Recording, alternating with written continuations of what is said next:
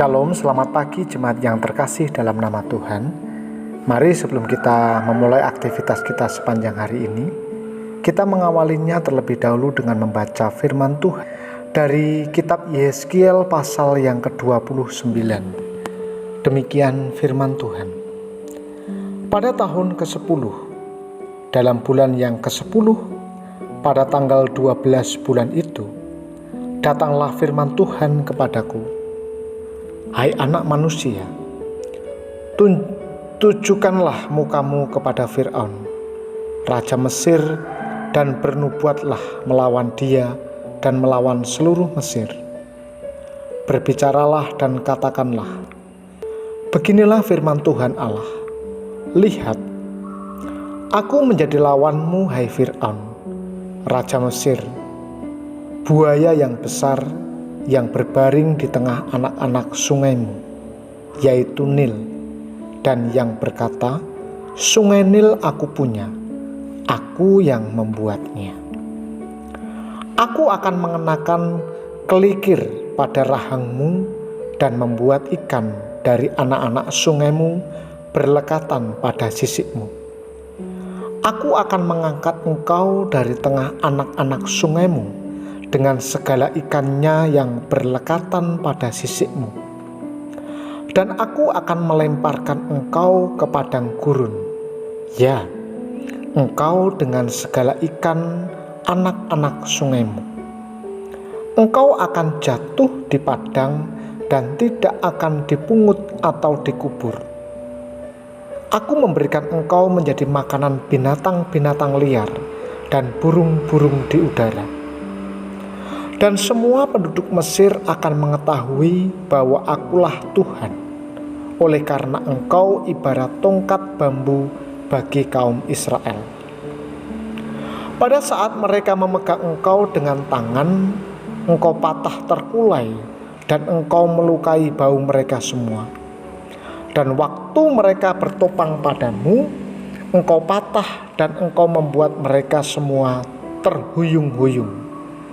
Oleh sebab itu beginilah firman Tuhan Allah, sungguh aku mendatangkan pedang atasmu dan melenyapkan manusia dan binatang daripadamu, sehingga tanah Mesir akan menjadi sunyi sepi dan menjadi reruntuhan. Dan mereka akan mengetahui bahwa akulah Tuhan, oleh karena engkau berkata, sungai Nil aku punya, aku yang membuatnya.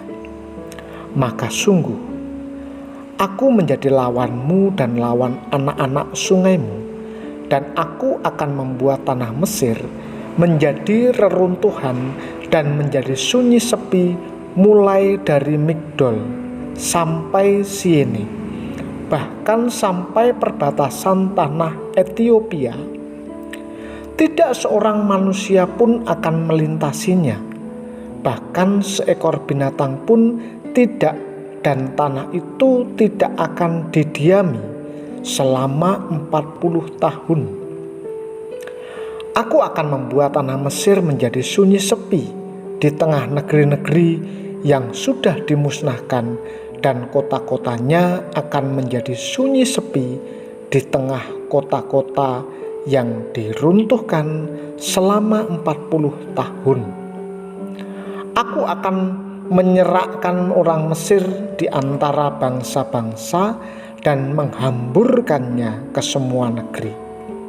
Sebab beginilah firman Tuhan Allah, pada akhir ke-40 tahun itu, aku akan mengumpulkan orang-orang Mesir dari tengah bangsa-bangsa di mana mereka berserak, dan aku akan memulihkan keadaan Mesir dan mengembalikan mereka ke tanah Patros, yaitu tanah asal mereka, dan di sana mereka menjadi kerajaan yang lemah.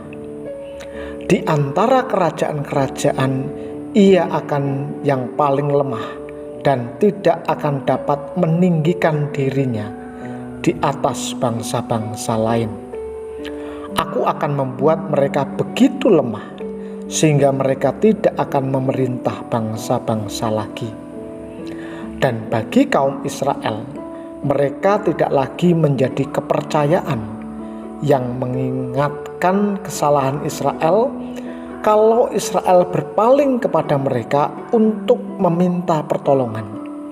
Dan Mesir akan mengetahui bahwa akulah Tuhan Allah. Lalu pada tahun ke-27 dalam bulan pertama, pada tanggal 1 bulan itu, datanglah firman Tuhan kepadaku. Hai anak manusia, Nebukadnezar, Raja Babel, menyuruh tentaranya bekerja keras melawan Tirus. Semua kepala sudah gundul dan semua bahu sudah lecet. Tetapi baik ia maupun tentaranya tidak mendapat untung dari Tirus atas usaha yang dilakukannya melawan dia. Oleh sebab itu beginilah firman Tuhan Allah.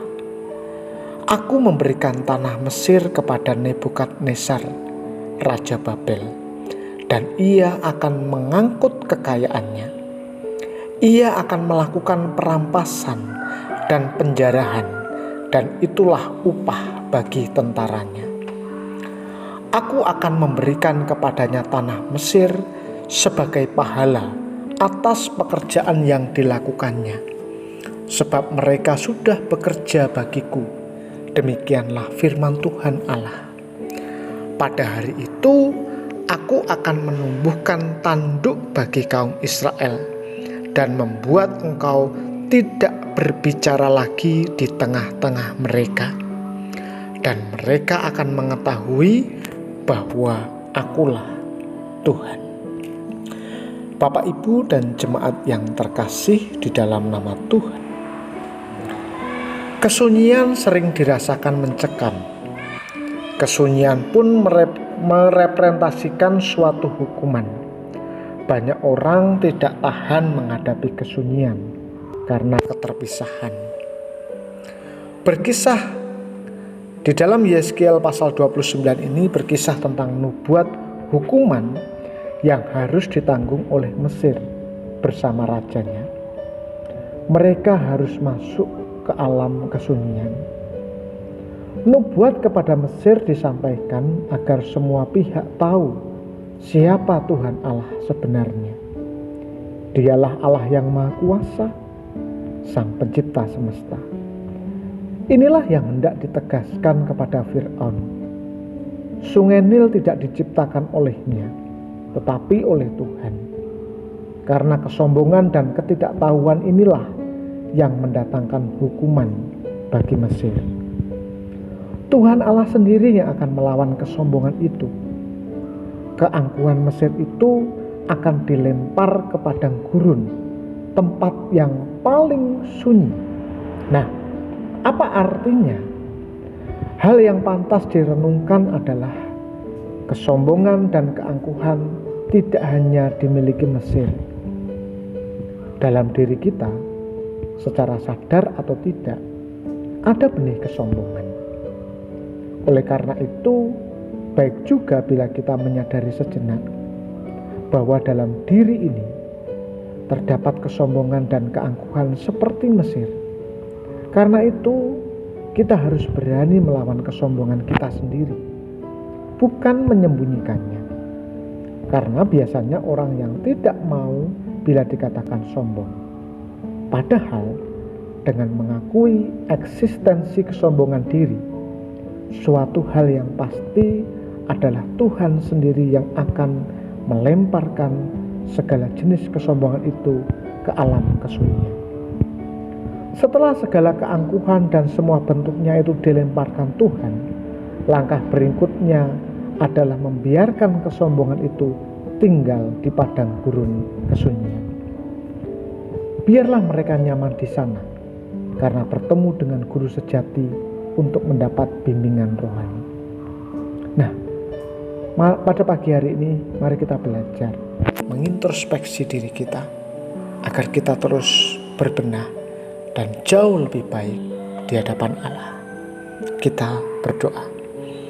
Kami mengucap syukur Tuhan kepadamu karena pagi hari ini kami boleh menikmati hari yang baru hari yang Tuhan anugerahkan bagi kami. Kami bersyukur untuk kesehatan, kami bersyukur untuk udara yang sejuk, kami bersyukur untuk kehangatan bersama dengan keluarga. Kami berdoa untuk jemaat Tuhan, baik di GKMI Salatiga maupun di cabang-cabangnya, yang pada hari ini mungkin sedang sakit atau sedang ada dalam proses pemulihan kesehatan. Mari Tuhan, Engkau memberkati mereka, Engkau yang memulihkan keberadaan mereka. Dan biarlah damai sejahtera daripada Allah melingkupi mereka semuanya. Kami sambut hari ini dengan penuh ucapan syukur, dan biarlah hidup kami senantiasa berpadanan dengan kasih Allah. Demi Kristus kami berdoa dan mengucap syukur. Amin. Tuhan Yesus memberkati dan selamat beraktivitas.